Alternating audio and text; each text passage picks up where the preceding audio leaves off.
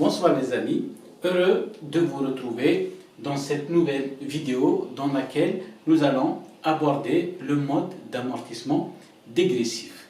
Comme vous le savez, il n'y a pas longtemps, nous avons abordé le premier mode qui est le linéaire. Nous avons dit que c'est un mode d'amortissement, si vous voulez, par défaut, n'est-ce pas? Il consiste à répartir d'une manière uniforme le coût d'une immobilisation, si vous voulez, sur la durée d'utilisation. Parfait. Donc nous avons dit, si nous n'avons pas d'indice fiable sur le rythme de consommation des avantages économiques liés à un actif, si vous voulez, on va opter tout simplement pour le mode linéaire.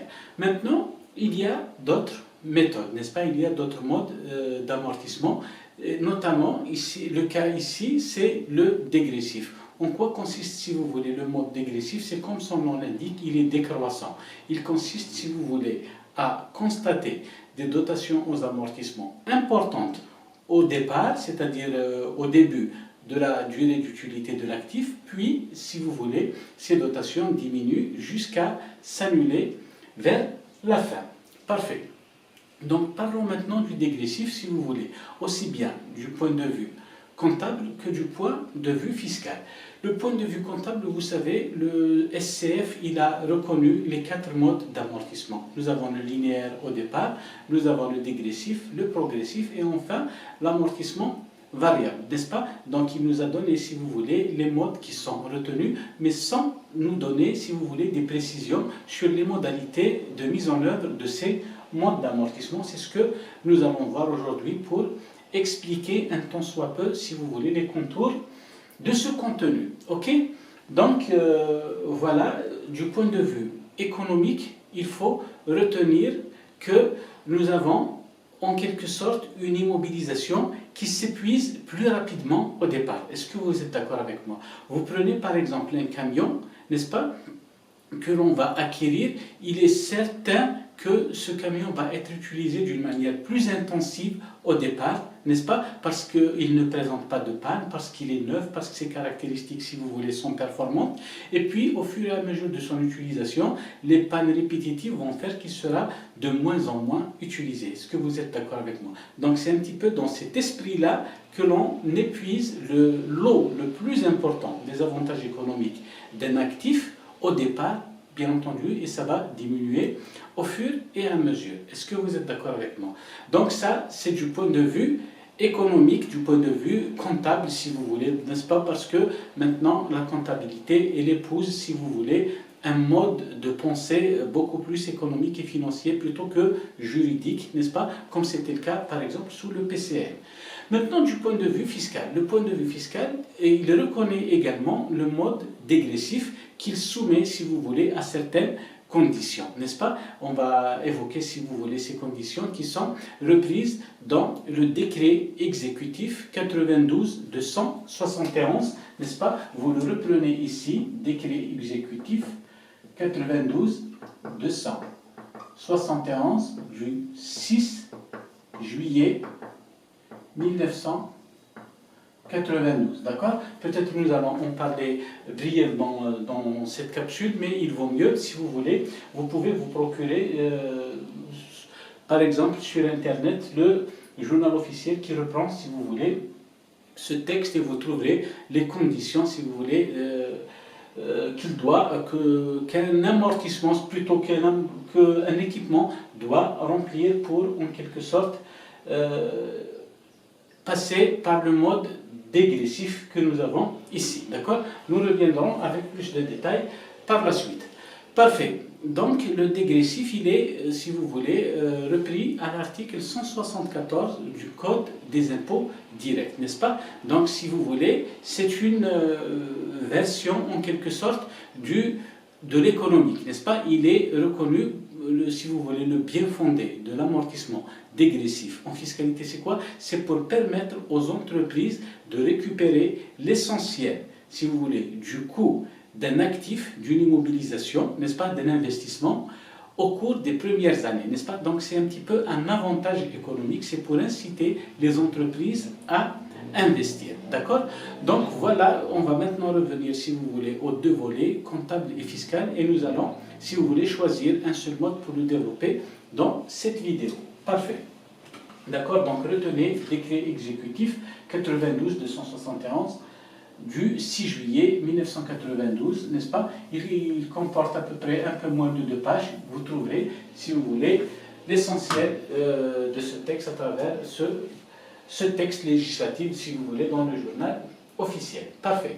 Donc, si vous voulez, dans l'aspect comptable, qu'est-ce qu'il faut retenir? Pour obtenir, si vous voulez, un amortissement dégressif, qu'est-ce qu'il faut faire? Donc, pour avoir un dégressif, il faut soit varier le taux, soit varier la base. Est-ce que vous êtes d'accord avec moi? Donc, si on varie le taux,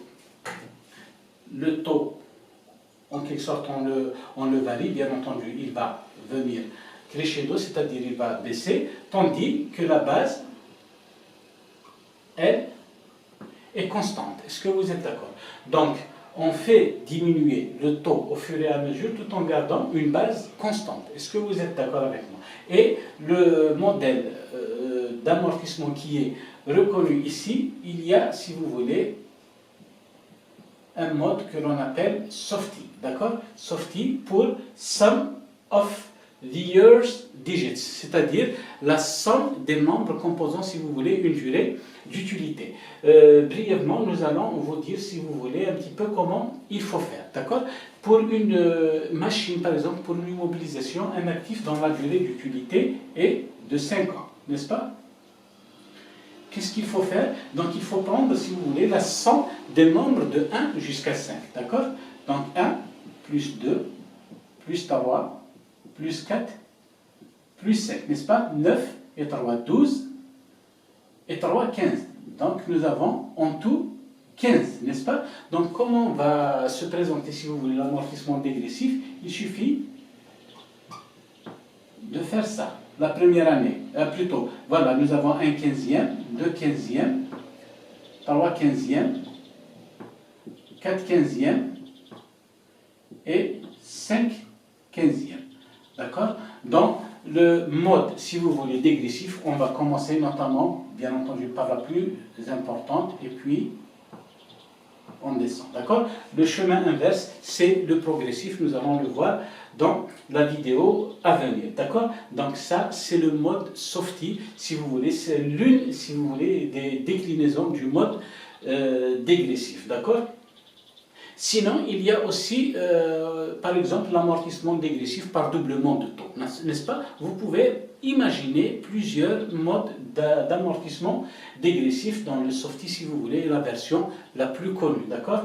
Donc, la première année, 5 15e, 4 15e, 3 15e, 2 15e et 1 15e. Vous remarquerez, si vous faites la somme de toutes ces fractions, n'est-ce pas? Vous aurez obtenu 15 15e, ça veut dire 1, ce qui revient à dire que nous avons amorti 100% de la valeur de notre actif. Parfait.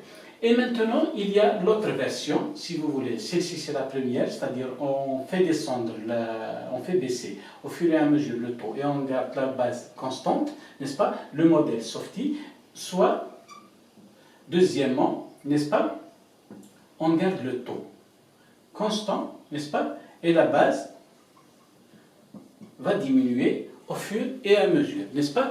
Donc, l'une des versions, si vous voulez, de cette méthode qui existe, aussi bien en comptabilité et reconnue en fiscalité, c'est la méthode, si vous voulez, fiscale. On appelle ça la méthode fiscale. Et comment on procède, si vous voulez, pour aboutir à cela? Donc, nous allons voir rapidement. Et nous allons, bien entendu, utiliser cette méthode pour, en quelque sorte, étayer un exemple pratique avec le cas énoncé aujourd'hui. D'accord? Donc, l'amortissement dégressif fiscal. Amortissement, si vous voulez, dégressif fiscal. D'accord? Il consiste en quoi? Il consiste, si vous voulez, à dégager des taux d'amortissement, n'est-ce pas, à partir des taux linéaires. D'accord? Donc, cela dépend, si vous voulez, du coefficient que l'on doit prendre pour multiplier l'amortissement linéaire pour dégager un taux d'amortissement dégressif. Voilà. Donc, si la durée d'utilité de la machine est de 3 à 4 ans, le coefficient ici, n'est-ce pas, est de 1,5. Retenez que si la durée d'utilité, ici c'est 5, ou bien 6 ans, ce coefficient doit être de 2. Et enfin, si la durée d'utilité est supérieure à 6 ans, si vous voulez, ce taux ou bien ce coefficient qui est applicable est de 2,5. N'est-ce pas? Donc il suffit de multiplier le taux d'amortissement linéaire par l'un de ces coefficients qui sera déterminé en fonction de la durée d'utilité du bien pour dégager un amortissement, si vous voulez, plutôt un taux d'amortissement dégressif. Donc sans tarder, on va voir notre cas pratique ici. D'accord? Donc on vous demande de dresser le plan d'amortissement dégressif d'une machine acquise le 1er juillet 2012 pour 1 million de dinars hors taxe et dont la durée d'utilité est de 5 ans. N'est-ce pas? Qu'est-ce qu'on va faire en premier? Donc on va dégager d'abord le taux d'amortissement dégressif. Nous avons dit c'est le taux linéaire, n'est-ce pas? Le taux linéaire est égal à 100 divisé par 5% que l'on va multiplier par le coefficient. Et ce coefficient, nous avons dit, pour 4 et 5 ans, nous avons dit c'est 2, n'est-ce pas? C'est ce qui va nous donner 20% fois 2 égale 40%, n'est-ce pas? C'est ce qu'on va faire dès le départ, taux dégressif, ici, 40%, 40%, 40%, et la même chose pour les deux derniers exercices. D'accord? Nous avons dit avec le dégressif, si vous voulez, la base d'amortissement, elle baisse au fur et à mesure, n'est-ce pas? Elle est réduite parce que le taux, il est censé être stable, constant, fixe. D'accord? Donc, la première année, si vous voulez, un détail qu'il faudra retenir, là, dans le mode dégressif, on ne tiendra pas compte, si vous voulez, de la durée, plutôt de la date d'acquisition ou bien de la date de mise en service d'un équipement quelconque. Est-ce que vous êtes d'accord avec moi? Parce que notre objectif n'est pas de répartir uniformément, si vous voulez, la valeur de l'actif sur une durée quelconque, mais de récupérer dès les premières années l'essentiel des dotations qui vont, nous avons dit, diminuer au fur et à mesure. Donc on va commencer tout simplement par la valeur hors taxe, si vous voulez, de notre équipement qui est de 1 million, n'est-ce pas? Là, nous avons rajouté, si vous voulez, une colonne pour le linéaire, n'est-ce pas? On va en avoir besoin. Pourquoi? Parce que si on utilise, si vous voulez, une base qui descend au fur et à mesure avec un taux constant, nous risquons de ne pas terminer notre plan d'amortissement. Est-ce que vous êtes d'accord? Donc, à partir d'un certain moment, n'est-ce pas? Dès lors que l'amortissement linéaire va devenir plus important que l'amortissement dégressif, on va opter pour le linéaire, n'est-ce pas? C'est ce qu'on va expliquer ici, maintenant. Donc, ton linéaire, c'est toujours 100, si vous voulez, n'est-ce pas? Ici, c'est 100 divisé par le nombre d'années qui reste à courir, n'est-ce pas? 100 divisé par 5%, n'est-ce pas? C'est toujours ici 20%. D'accord? Là, c'est 100. Pardon, excusez-moi. Combien il reste? Oui, il reste 100 divisé par 4. Là, nous avons 25%. C'est toujours 100 au numérateur, excusez-moi, que l'on va diviser par le nombre d'années qui reste à courir. 100 divisé par 3, c'est 33,33%. Et puis 100 divisé par 2, nous aurons 50%. Et enfin, 100 divisé par 1, si vous voulez, c'est 100%. D'accord? Donc, tant que le taux dégressif est supérieur au taux linéaire, on va garder le dégressif. Et lorsque la situation va s'inverser, bien entendu, on va revenir au mode linéaire. 1 million multiplié par 40%, ça va nous donner combien, s'il vous plaît? Donc 400 000, n'est-ce pas? 400 000, bien entendu, VNC, c'est toujours la valeur d'origine moins les amortissements cumulés. Donc nous aurons ici 600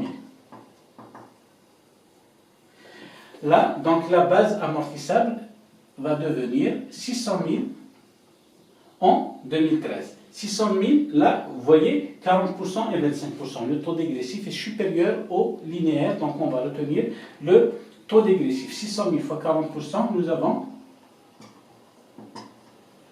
240 000. 600 000 moins 240 000, nous avons 360 000. Et puis, la même chose, on va, si vous voulez, passer à la valeur de 360 000, qui est la valeur nette comptable dégagée, si vous voulez, à la fin de l'exercice précédent. 360 000, si vous voulez, multiplié par 40%, nous aurons 36 fois 4, 24, 3 fois 4, 12, 14, donc 144 000. 360 moins 144,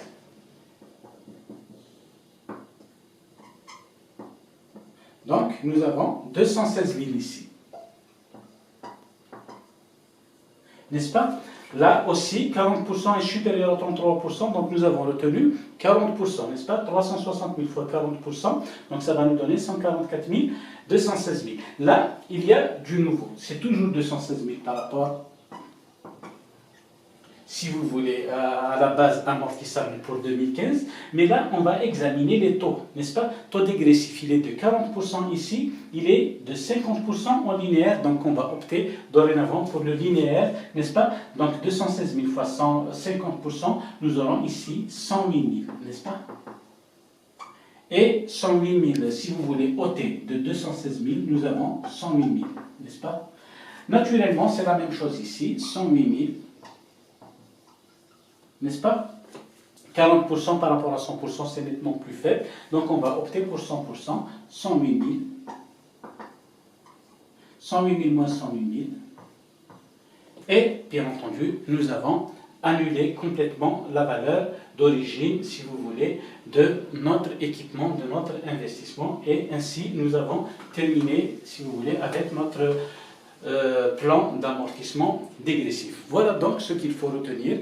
Un mode dégressif, si vous voulez, consiste à récupérer l'essentiel de la valeur d'un actif, si vous voulez, au cours des premières années. Cette dotation aux amortissements, bien entendu, va diminuer, n'est-ce pas, au fur et à mesure, n'est-ce pas, et on retiendra le taux dégressif tant que celui-ci est supérieur au taux linéaire. Lequel taux linéaire, si vous voulez, on peut le dégager en divisant 100 par le nombre d'années qui reste à courir, si vous voulez, pour amortir l'immobilisation, d'accord? Donc, si vous voulez, cette méthode-là, qui est une méthode fiscale, n'est-ce pas, qui est reconnue, ne risque pas, si vous voulez, dès lors que les conditions sont remplies, ne risque pas d'être remise en question par le fisc, d'accord?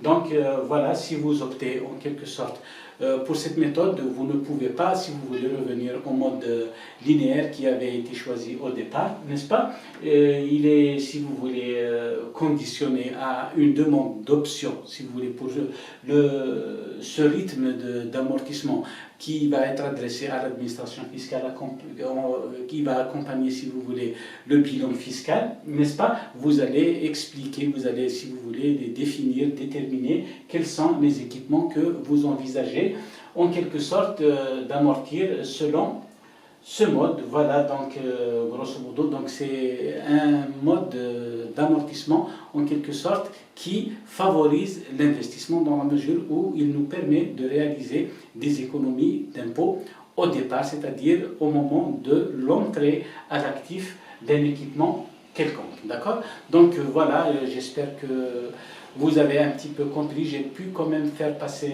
mon message donc, à travers cette capsule. Donc nous reviendrons très bientôt, si vous voulez, sur le troisième mode qui est le mode progressif, et nous allons voir, si vous voulez, comment on dresse, si vous voulez, ce plan, d'accord? Et autre chose, par rapport aux écritures comptables, c'est bien simple, n'est-ce pas? C'est toujours 68, n'est-ce pas?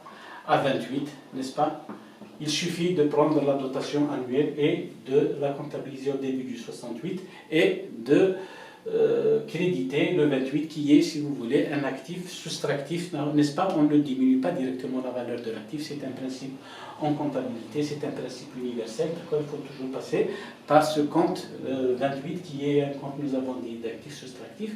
Et voilà, donc je pense que je suis arrivé au bout de cette vidéo. J'espère que vous m'avez compris, que le message est passé et j'espère vous retrouver très bientôt.